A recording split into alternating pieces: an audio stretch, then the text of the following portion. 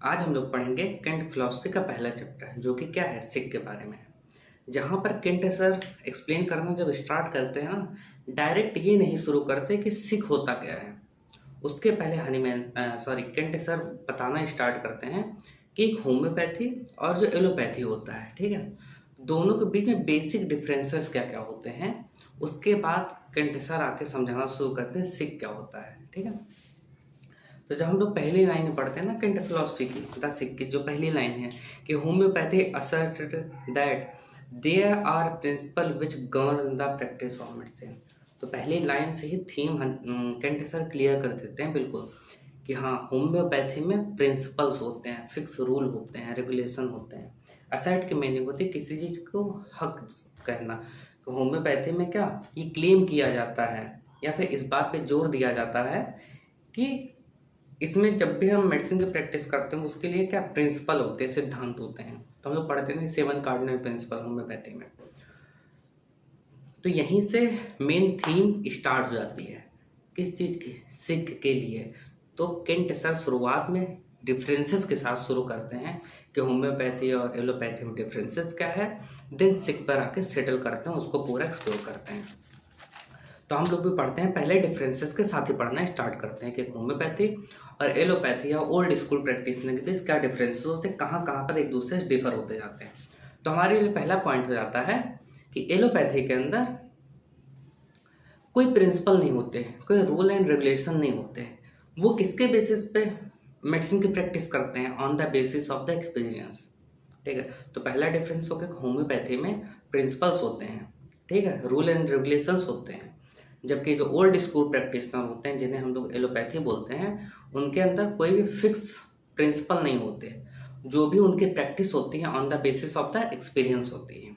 और उनके अंदर डिजीज को लेकर या क्योर को लेकर, किसके अंदर, एलोपैथी के अंदर डिजीज को लेकर या फिर क्योर को लेकर जितने भी मेथड हैं या फिर जो भी थ्योरीज हैं, दे ऑलवेज चेंजिंग।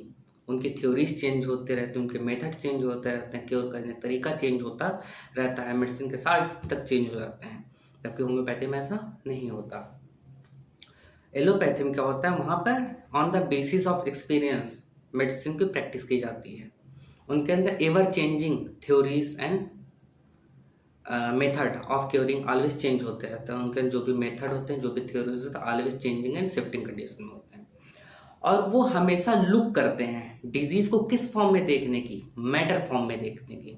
तो हम लोग जब स्टुअर्ट क्लॉस सर के फिलॉसफी पढ़ते हैं, ठीक है, तो वहाँ पे पढ़ते नहीं 3 स्कूल ऑफ फिलॉसफी होती है, जहाँ पे सबस्टेंसिज्म होता है, आइडियलिज्म और मटेरियलिज्म होता है। इसको समझने के लिए वाला लेक्चर अलग से कर लेना, हम पिक कर देंगे। बट जो एलोपैथी होता है वो हमेशा हर चीज़ को मैटर फॉर्म में देखते हैं।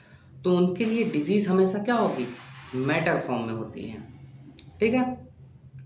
तो उनके लिए जो डिजीज़ का रिजल्ट होगा वो भी क्या होगा, मैटर फॉर्म में होगा, ठीक है। और वो हमेशा डील करते हैं अल्टीमेट के साथ। ये सारे पॉइंट हैं, जब इसको पूरा पैराग्राफ रीडिंग लगाओगे केंट फिलॉसफी, वहाँ तुम्हें ये सारे पॉइंट मिलेंगे। कौन कौन से, कि उनमें कोई प्रिंसिपल नहीं होता, वो on the basis of experience के बेसिस पे ट्रीटमेंट करते हैं। उनके अंदर जो भी मेथड होते हैं, जो भी थ्योरीज होती हैं, वो ऑलवेज शिफ्टिंग एंड चेंजिंग होती है, ठीक है। वो हमेशा देखते हैं, they always look for the material form, matter form में देखने की कोशिश करते हैं। And they always deal with the ultimate. इस वर्ड की मीनिंग कैसे समझेंगे, तो ऐसे समझो, जैसे हम लोग जब पैथोलॉजी पढ़ते हैं वहाँ पे पढ़ते हैं एक नॉर्मल सेल होती है, उसके अंदर डिस्प्लेजिया हो गया या फिर एनाप्लेजिया कंडीशन हो गई। तो एक प्रैक्टिशनर ये बोलता है कि ये जो डिस्प्लेजिया हुआ है या फिर ये जो एनाप्लेजिया की कंडीशन है, यही डिजीज है और इसी के वजह से डिजीज पैदा हुई। तो वो क्या कहते हैं, it is the beginning and end of the disease. जो भी चेंजेस हो रहे हैं टिश्यू के अंदर, सेल के अंदर जो भी चेंजेस हो रहे हैं, उसी को वो क्या बोलते हैं, यही बिगिनिंग है और यही एंड है डिजीज का। डिजीज की शुरुआत भी यही हुई। जबकि होम्योपैथी में इस वाले पॉइंट पे चेंजेस मिलेंगे, जैसे एक नॉर्मल सेल का चेंज होना, डिस्प्लेजिया होना, ठीक है। एलोपैथी क्या कहती है कि ये जो डिस्प्लेजिया हुई, जिस सेल के अंदर चेंज आया, यही कॉज है डिजीज का और इसी के वजह से डिजीज पैदा हो रही है। जबकि होम्योपैथी में कहेंगे ये जो नॉर्मल सेल चेंज हुई है डिस्प्लेजिया के अंदर, ये डिस्प्लेजिया जो सेल चेंज हो गई, ये डिजीज कॉज नहीं है, इसकी वजह से डिजीज नहीं है, this is the result of disease. तो होम्योपैथी में कभी भी रिजल्ट ऑफ डिजीज पे फोकस नहीं किया जाता, किस पे फोकस किया जाता है, कॉज पर। जबकि एलोपैथी में जो वो डिजीज को क्या बोलते हैं, always the result of the disease, जो भी चेंजेस हो गए वो उसे समझने की कोशिश करते हैं। तो हम लोगों के लिए डिफरेंशियल पॉइंट समझ में आ गया होगा, उम्मीद करते हैं क्या, कि होम्योपैथी में एलोपैथी में on the basis of experience practice of medicine की जाती है, ठीक है। कोई प्रिंसिपल नहीं होते, वो थ्योरीज उनके जो भी मेथड होते हैं चेंजिंग होते हैं, वो अल्टीमेट से डील करते हैं। तो अल्टीमेट से डील करने का मतलब हुआ जो सेल चेंज हो चुकी है, जो डिसप्लास्टिक सेल है उसको स्टडी करते हैं, और वो कैरेक्टराइज करते हैं डिजीज को, किसमें, टिश्यू या सेल के अंदर जो चेंजेस हुए उसके बेसिस पे वो कैरेक्टराइज करते हैं कि ये डिजीज है इसके अंदर। जबकि होम्योपैथी में जो क्या होता है, उसके अपने प्रिंसिपल होते हैं, और हमेशा किस पर फोकस नहीं किया जाता, रिजल्ट पे, या जो अल्टीमेट है, जो सेल चेंज होगी उस पर फोकस नहीं करते, उसके पहले क्या, किसी और चीज़ पे, किस वजह से ये चेंज हुआ उस पर फोकस किया जाता है। तो अगर हमें समराइज करना हो किस चीज़ को, इस पूरे एलोपैथिक पॉइंट ऑफ व्यू को, कि इनके अंदर एक्सपीरियंस के बेसिस पे प्रैक्टिस की जाती है, कोई प्रिंसिपल नहीं होते, थ्योरीज और इनके जो मेथड होता है ऑलवेज चेंजिंग होते हैं, और इनके अंदर जो भी चीज़ें लाई जाती हैं, मेथड का तरीका आता है ट्रीटमेंट को, उसके अंदर ओपिनियन बेस्ड होता है। इस फिजिशियन ने किया, उनका ओपिनियन किया, उनका ओपिनियन है, उसके बेसिस पे ट्रीटमेंट का तरीका अपनाया जाता है। अगर इन सारी चीज़ों को समराइज करें तो हमें क्या समझ में आएगा कि ये क्या है, सेल का चेंज होना, डिजीज के अंदर जो रिजल्ट आया उसका, या फिर इस चीज़ में खोजना हर चीज़ मैटर फॉर्म में हो रही है। तो ये हमें क्या सिखाता है कि एलोपैथी हमेशा किस चीज़ में सर्च करती है, नेचर ऑफ सिकनेस, बीमारी का नेचर क्या है। बीमारी तो ये है ना, सेल नॉर्मल से चेंज हो गई, जो भी नॉर्मल थे उससे जो चेंज हो गया वही तो क्या है, डिजीज कंडीशन है। तो वो डिस्प्लेस्टिक हो गई या उसके अंदर एनाप्लेजिया हो गया, ये क्या है, सिकनेस का नेचर है। तो उसके अंदर पस फॉर्मिंग हो गया, ब्लीडिंग हो रही है, या उसके अंदर कैसे चेंजेस आए। तो allopathy always deal with the nature of the sickness, not to the sickness, ठीक है। जबकि होम्योपैथी हमेशा सिक इंडिविजुअल को देखने की कोशिश की जाती है। तो रियलिटी में सिक कौन होता है, वो हमारे स्टार्ट होता है यहाँ से, आगे से, ठीक है। तो हम लोगों ने डिफरेंसेस समझे होम्योपैथी एलोपैथी में। अब देखो यहीं पे एक पॉइंट और आता है, किस चीज़ का, हम लोग जितने भी साइंसेस पढ़ते हैं, चाहे वो फिजिक्स पढ़ें, मेटाफिजिक्स, जो भी पढ़ना चाहो, उसमें हमेशा ये चीज़ सीखने को मिलती है कि आज के समय जो भी चीज़ एग्जिस्ट कर रही है उसके पहले, उसके प्रायर कुछ ना कुछ रहा होगा। जैसे अगर हम NaCl साल्ट को देखते हैं कि ये चीज़ साल्ट है, ठीक है, या फिर उसमें आयोडीन मिक्स है, सारी चीज़ें, क्या डायरेक्ट ये चीज़ आ गई, जो भी चीज़ मिल रही है साल्ट फॉर्म में, का ये डायरेक्ट था, नहीं, इसके पहले कुछ ना कुछ रहा होगा। तो उसके पहले क्या रहा होगा, सोडियम रहा होगा, क्लोरीन रहा होगा, उसके भी पहले कुछ ना कुछ रहा होगा। सोडियम क्लोरीन डायरेक्ट तो आ नहीं गए, तो वो भी किसका कॉम्बिनेशन है, इलेक्ट्रॉन प्रोटॉन न्यूट्रॉन का कॉम्बिनेशन है। बट क्या इलेक्ट्रॉन प्रोटॉन न्यूट्रॉन डायरेक्ट कहीं से आ गए, नहीं, इलेक्ट्रॉन प्रोटॉन न्यूट्रॉन के पहले भी तो रहा होगा, पॉजिट्रॉन हम लोग पढ़ते हैं, उसके पहले भी कुछ ना कुछ रहा होगा, वो हमारे लिए क्या होता है, गॉड पार्टिकल होता है। तो हर साइंस ये सिखाती है कि जो भी चीज़ एग्जिस्ट कर रही है इस यूनिवर्स में, जो भी चीज़ आज प्रेजेंट है, उसके पहले कुछ ना कुछ रहा होगा, something is prior to it, उसके पहले से हमेशा कुछ ना कुछ रहता ही रहता है। तो जो भी हम इफेक्ट देख रहे हैं उसके पीछे कोई ना कोई कॉज रहा होगा। हम साल्ट फील कर रहे हैं, उसके पहले सोडियम और क्लोरीन रहे होंगे, उसके पहले क्या इलेक्ट्रॉन प्रोटॉन रहा होगा, उसके पहले क्या गॉड पार्टिकल था। तो हर जो इफेक्ट है उसके पीछे कोई ना कोई कॉज है। तो जो हम चेंजेस बॉडी के अंदर देख रहे हैं कि किसी सेल की डिस्प्लेजिया हो गई, किसी सेल के अंदर मेटाप्लेजिया हो गई, ठीक है, या फिर उसके अंदर जो न्यूक्लियस साइटोप्लाज्मिक रेट चेंज हो गया, तो ये जो सारी चीज़ें हो रही, ये इफेक्ट है, इसके पहले कुछ ना कुछ चीज रही होगी, ठीक है। तो अगर ये कह देना कि जो डिस्प्लास्टिक सेल है यही डिजीज़ है और यही कॉज ऑफ डिजीज़ है, तो क्या ये सेंटेंस गलत होगा? होम्यो ठीक है, ये गलत कैसे होगा? क्योंकि इसके पहले कुछ ना कुछ रहा होगा। जब हर साइंस के अंदर हम ये पढ़ रहे हैं कि जो भी चीज़ एग्जिस्ट कर रही है आज, उसके पहले कुछ ना कुछ प्रायर कॉज रहा है, उसके पहले कोई ना कोई रीजनिंग रही है, कोई ना कोई चीज़ रही है। तो सेल के अंदर जो चेंजेस आ गए हैं, जो डिस्प्लेजिया हो गया या फिर जो एनाप्लेजिया हो गया, क्या यही डिजीज़ है? नहीं, इसके पहले भी कुछ ना कुछ रहा होगा। ठीक है, ये दो पॉइंट हमको समझ में आना चाहिए कि हम पढ़ क्या रहे हैं। हम लोगों ने एक छोटा सा पार्ट पढ़ा, क्या homeopathy allopathic point of view में डिफरेंस क्या होता है, उसी के अंदर हम लोग ये छोटा पार्ट पढ़ रहे हैं। कौन सा? कॉज एंड इफेक्ट का, कि जो चीज़ इफेक्ट है इसके पीछे कॉज रहा होगा। तो एलोपैथी में यही चीज़ मिसिंग हो जाती है। यही क्या डिफरेंस में ये भी एक पॉइंट इंक्लूड होगा कि वहाँ हमेशा इफेक्ट पे देखा जाता है, रिजल्ट पे फोकस किया जाता है। इस सेल के अंदर क्या चेंज आए, टिश्यू के अंदर क्या चेंज आए, इस पे फोकस होता है। उसके पहले को जो कॉज है उस पर फोकस नहीं होता, जबकि होम्योपैथी में ऐसा होता है। तो यहीं से हमारा स्टार्ट होता है हु इज सिक। रियल में सिक कौन है, इसका एलोपैथिक पॉइंट ऑफ व्यू पढ़ेंगे और होम्योपैथिक पॉइंट ऑफ व्यू पढ़ेंगे। ठीक है, यहीं से द सिक का प्रॉपर स्टार्ट होता है। और इसके पहले हम लोगों ने एक मेन डिफरेंसेस पढ़ने की कोशिश की एलोपैथी और होम्योपैथिक बीच में। ये किंटिक फिलॉसफी में सारी चीज़ें इंक्लूड की गई हैं। ठीक है, तो देखो, तो उसमें फिजिशियन का भी स्टार्ट है। द सिक वर्ड कहाँ से लिया गया? तो हनीमैन सर का जो एफोरिज्म है ना, ऑर्गेनिज्म ऑफ मेडिसिन है, वहाँ पे देखो लिखा नहीं है restore the sick to health, तो वहाँ से ये सिक। तो रियल में सिक कौन है उस पर चर्चा करते हैं। तो एक एलोपैथिक पॉइंट ऑफ व्यू क्या कहता है सिक कौन है, पहले ये समझते हैं। एक एलोपैथिक पॉइंट ऑफ व्यू कहता है कि ये बॉडी सिक है, या फिर बॉडी के इस सेल के अंदर चेंजेस आए, ये डिजीज है। ठीक है, या फिर जो भी टिश्यूज के अंदर चेंज आए हैं वो डिजीज कंडीशन है। ये क्या है? एलोपैथिक पॉइंट ऑफ व्यू है। वो मैटर फॉर्म में देख रहे हैं कि सेल के अंदर ये चेंज आ गया, ये हमारा क्या है? डिजीज कंडीशन है। जबकि होम्योपैथी हमें कहती है कि ये जो सेल के अंदर चेंजेस आए हैं या जो टिश्यू के अंदर चेंज आया है, ये क्या एक रिजल्ट है? किस चीज का? डिजीज का रिजल्ट है। ये सेल के अंदर किस तरीके का चेंज आएगा, ये डिजीज डिसाइड करेगी। ठीक है, तो एक होम्योपैथी में कहते हैं कि मैन सिक है। वो मैन क्या है हमको नहीं पता। क्या ये बॉडी मैन है? नहीं।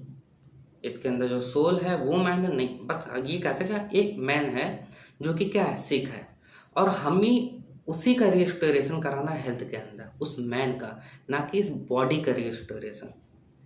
ठीक है, एलोपैथी में क्या कहते हैं? बॉडी सिक हो गई, ठीक है, या टिश्यू के अंदर चेंज आ गया वो सिक है। जबकि होम्योपैथी में कहते हैं कि ये सिक बॉडी नहीं है, वो जो मैन इंटीरियर उसके अंदर रह रहा है वो सिक है। ठीक है, उसके अंदर जो बॉडी है, जो सेल चेंजेस हुए हैं, उसे चेंज कर देना हमारा रिजल्ट नहीं होना चाहिए। हमारा फोकस क्या होना है? जो मैन उसके अंदर रह रहा है वो मैन सिक है, ना कि उसकी बॉडी सिक है। तो मैन और बॉडी का रिलेशन हम लोग जब पढ़ते हैं ऑर्गेनन का 10 एफोरिज्म उसके फुटनोट में पढ़ते हैं कि वो जब वो वाइटल एनर्जी बॉडी को लीव कर जाती है, वो जो एनर्जी लीव कर जाती है तो उसकी ये बॉडी फिजिकल वर्ल्ड के लिए, फिजिकल एनर्जी के लिए एक्सपोज हो जाती है। 10 का फुटनोट हम लोग पढ़ते हैं। ठीक है, तो ये जो मटेरियल बॉडी है ये सिक नहीं होता है। जबकि एलोपैथी में यही पॉइंट ऑफ व्यू है, वो कहते हैं बॉडी के अंदर ये चेंज आ गया, यही डिजीज है। जबकि रियल में सिक कौन है? वो मैन जो इस बॉडी के अंदर रह रहा है वो सिक है। आया समझ में? तो ये मेन डिफरेंस बनता है होम्योपैथी और एलोपैथी में कि सिक कौन है, हमें ठीक कैसे करना है। तो हमें उसे ठीक करना जो इस बॉडी के अंदर रह रहा है, ना कि इस बॉडी के अंदर जो चेंजेस है वो तो हमें रिजल्ट देखने को मिल रहा है। ठीक है, तो उसी के आगे जब हम लोग आगे पढ़ेंगे सिक के इसी पॉइंट ऑफ व्यू के आगे, तो केंट सर एग्जाम्पल के थ्रू समझाना शुरू करते हैं, जहाँ पे वो पहला एग्जाम्पल देते हैं कि एक ऐसा पेशेंट हमारे पास आता है जो किसी कार्डियोलॉजिस्ट के पास गया, तो कार्डियो वाले ने कहा कि नहीं तुम्हारे हार्ट में कोई प्रॉब्लम नहीं है। किसी नेफ्रोलॉजिस्ट के पास गया, नेफ्रोलॉजिस्ट कह रहा है नहीं तुम्हारी किडनी के सारे फंक्शन नॉर्मल है। किसी न्यूरोलॉजिस्ट के पास गया तो वो बताते हैं कि नहीं तुम सही हो, तुम्हारे न्यूरॉन सारे सही हैं। तो वो जो पेशेंट है जब एक होम्योपैथी के पास आता है, होम्योपैथिस्ट के पास आता है, वहाँ एक्सप्लेन करना शुरू करता है, तो वो 2 पेज 3 पेज की सारी चीज़ें एक्सप्लेन करता हुआ चला जाता है कि मेरे ये सिम्टम है, ये सिम्टम है, ये सिम्टम है, ये सिम्टम है। ठीक है, तो अगर हमें पैथोलॉजी के अंदर नहीं मिल रहा उस समय, कार्डियोलॉजिस्ट, नेफ्रोलॉजिस्ट या न्यूरोलॉजिस्ट जो भी हैं, वो जब देख रहे हैं बॉडी को, वो मैटर फॉर्म में डिजीज को देखने की कोशिश कर रहे हैं, तो उन्हें मैटर फॉर्म में कोई चेंज देखने को नहीं मिल रहा, तो वो क्या कहते हैं कि नहीं तुम हेल्दी स्टेट में हो। जबकि वही पेशेंट एक होम्योपैथी वाले के पास आता है, होम्योपैथिस्ट के पास आता है, जब वो एक्सप्लेन करना शुरू करता है कि डॉक्टर साहब मेरे अंदर ये कंडीशन, हम उसे एज ए सीख लेते हैं, उसे ठीक करने की कोशिश करते हैं। बट वहाँ पर भी हमें ये डिफ्रेंशिएट करना आना चाहिए, जो हम लोगों ने अभी रूब्रिक डिस्कस कर रहे थे, फीलिंग डिज़ायर टू बी सिक, जहाँ पे दिखावा कर रही है वो सिक है, वो हमें क्लियर होना चाहिए। जो दिखावा कर रहा है उसके पीछे का लॉजिक हमें पता होना चाहिए, जबकि जो रियल में सिक है उसके बीच का डिफरेंस भी एक होम्योपैथिस्ट को आना चाहिए। ठीक है, तो जैसे जो कह रहा है कि वो हमें 2 से 3 पेज का सिम्टम बताया जा रहा है, अगर वो प्रोग्रेस, अगर वो जो बता रहा है डॉक्टर साहब मुझे ये दिक्कत हो रही है, उसके पैथोलॉजी के अंदर एक न्यूरो और कार्डियोलॉजिस्ट के अंदर, डर्मोलॉजिस्ट के अंदर उसको कोई भी टिश्यू के अंदर चेंजेस नहीं दिख रहा है, एक एलोपैथी के लिए वो डिजीज कंडीशन नहीं है, बट होम्योपैथी वाले के लिए वो एक डिजीज कंडीशन है। पेशेंट अगर कह रहा है मुझे सिक फील हो रहा है, ठीक है, फीलिंग डिजायर टू बी सिक वाली कंडीशन अलग है, ठीक है, उसमें तो दिखावा कर रहा है, अगर लेकिन पेशेंट सच में कह रहा है कि मैं बीमारी वाली अवस्था में हूँ, मुझे फील हो रहा है, ठीक है, तो वो हम उसको क्या, अगर उस जो स्टेट है उसकी सिकनेस वाली स्टेट को अगर लंबे समय तक कोई दवा या कुछ ना किया जाए, तो हमें कुछ समय बाद उसके अंदर, बॉडी के अंदर टिश्यू चेंजेस, ये सारे चेंजेस दिखना स्टार्ट हो जाएंगे, ठीक है,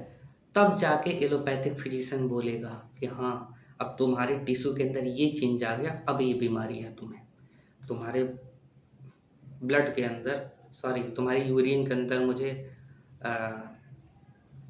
एल्ब्यूमिन मिल रहा है, तब वो कह रहा है कि अच्छा तुम्हें ये ब्राइट डिजीज है, GABHS बैक्टीरिया का इन्फेक्शन हो चुका है, ठीक है, नेफ्रोटिक नेफ्राइटिक सिंड्रोम है। जबकि एक होम्योपैथी वाला ये कहेगा कि टिश्यू चेंजेस आने से पहले ही हम कह देंगे कि क्या वो एक सिक पर्सन है, ठीक है।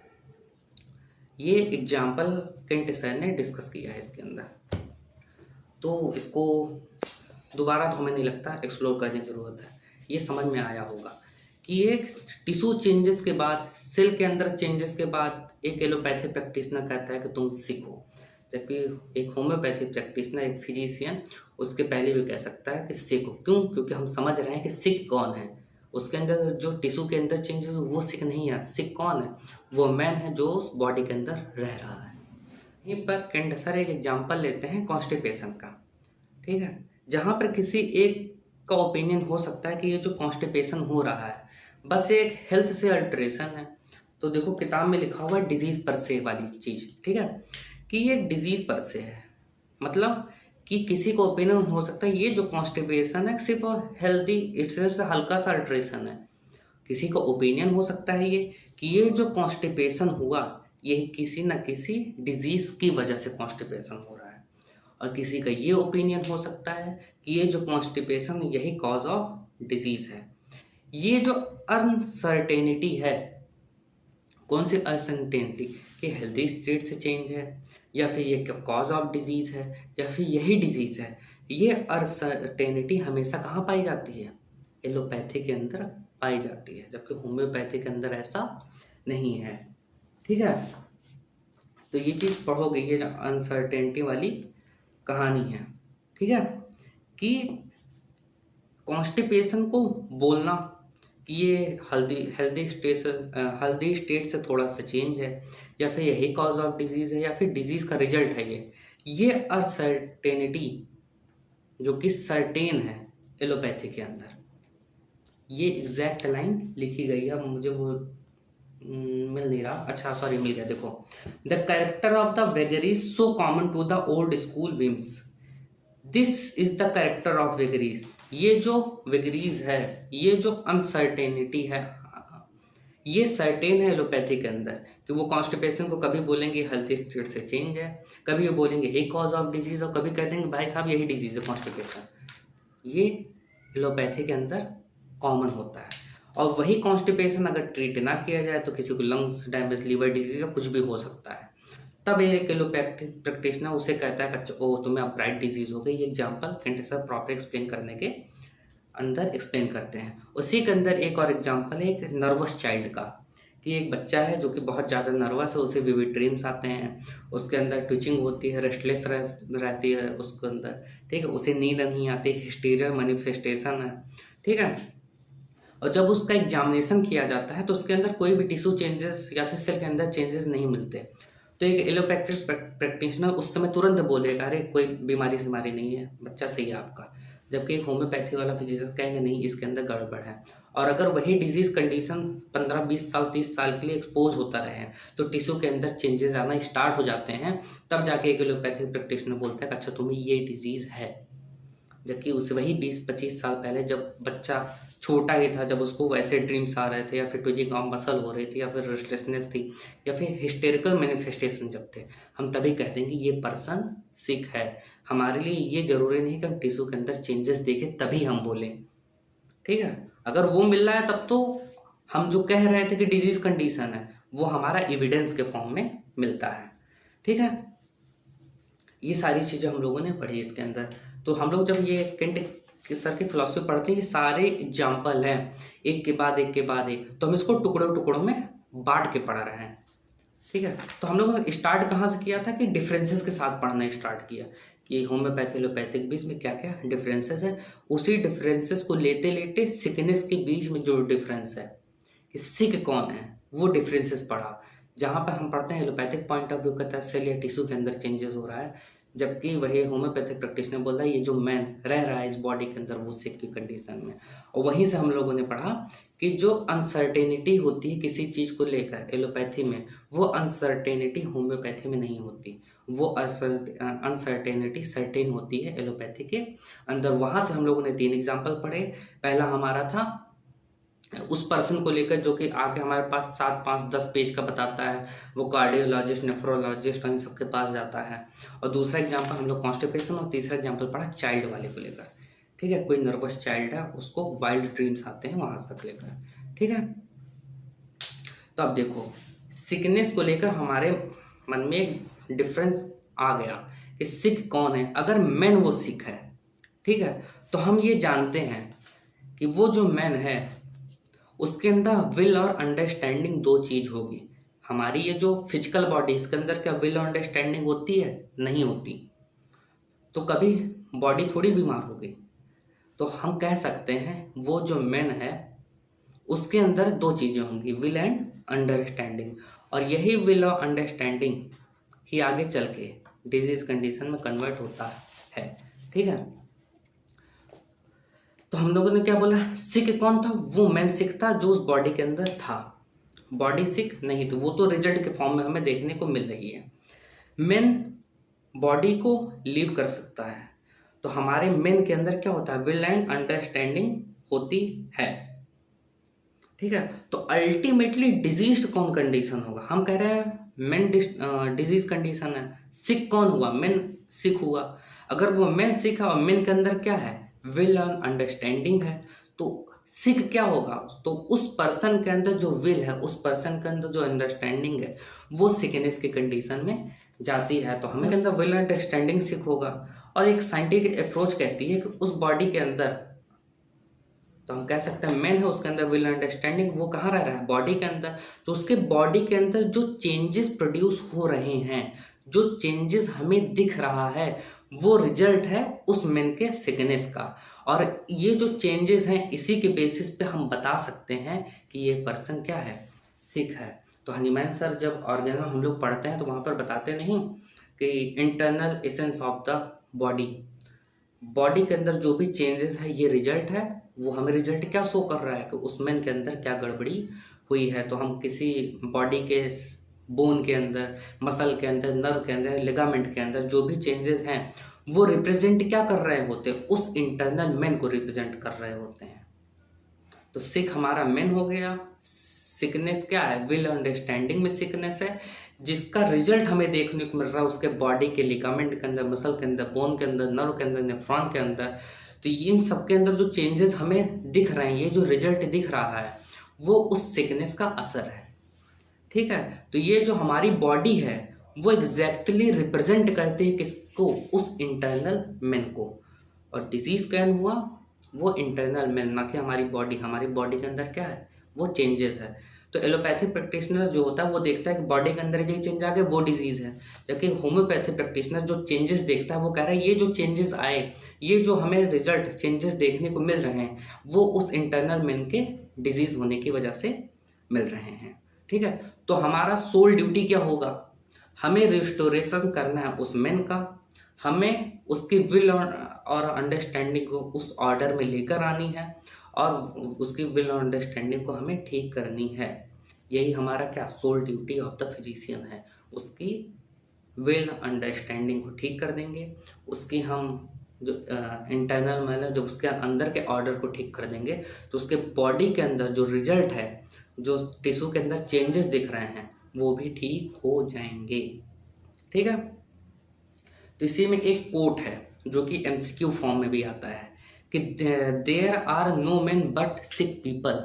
ये केंट फिलॉसफी के अंदर जरूर लिखा गया है, बट ये जो स्टेटमेंट है हनीमैन सर ने कहा था। कौन सा, देयर आर नो डिजीज, कोई भी डिजीज नहीं है, बट क्या, सिक पीपल, लोग सिक हैं, ना कि बीमारी है कोई। ठीक है, और इसी में आगे पढ़ते हैं कि जो भी बैक्टीरिया होते हैं या फिर जो भी फंगस वायरस हम देख रहे हैं, वो रिजल्ट ऑफ द डिजीज़ है, ना कि वो रियल में डिजीज़ कॉज करते हैं। तो उस चीज़ को कभी हम लोग जीएनएम जब पढ़ेंगे तो उस चीज़ में उसको आगे कंटिन्यूएशन में पढ़ेंगे। बट ये कोट याद रहना चाहिए, there are no disease but sick people. ये हनीमैन सर ने कहा था, केंट सर ने नहीं कहा है, बट बस ये केंट फिलॉसफी के अंदर लिखा गया है और यह एमसीक्यू हम लोग पढ़ते हैं। और हम लोग जो सारी चीज़ें पढ़े, सिक कौन है, तो वो मेन सिक है जो उस बॉडी के अंदर रह रहा है, उसके अंदर विल और अंडरस्टैंडिंग है। अगर विल और अंडरस्टैंडिंग गड़बड़ होती है तो मेन बीमार होगा, और जब मेन बीमार होगा उसके बॉडी के अंदर चेंजेस आना शुरू होंगे, तो वो टिश्यू चेंजेस हमें देखने को मिलते हैं। वही टिश्यू चेंजेस जो हैं वो इंटरनल डिजीज़ को रिप्रेजेंट कर रहे हैं, जो कि हम लोग टोटलिटी ऑफ सिम्टम में अल्टीमेटली कंक्लूड करते हैं ऑर्गेनल ऑफ मेडिसिन में जाकर। ठीक है, बस उम्मीद करते हैं ये इतना समझ में आया होगा। लेक्चर वैसे बहुत बड़ा हो गया है, अगर कहोगे तो इसके आगे थोड़ा और कंटिन्यू करेंगे या फिर डाउट सेशन ले लेंगे, वहाँ पर थोड़ा और इसको क्लियर कर लेंगे। ठीक है, तो पहला चैप्टर कंप्लीट, केंट फिलॉसफी का द सिक।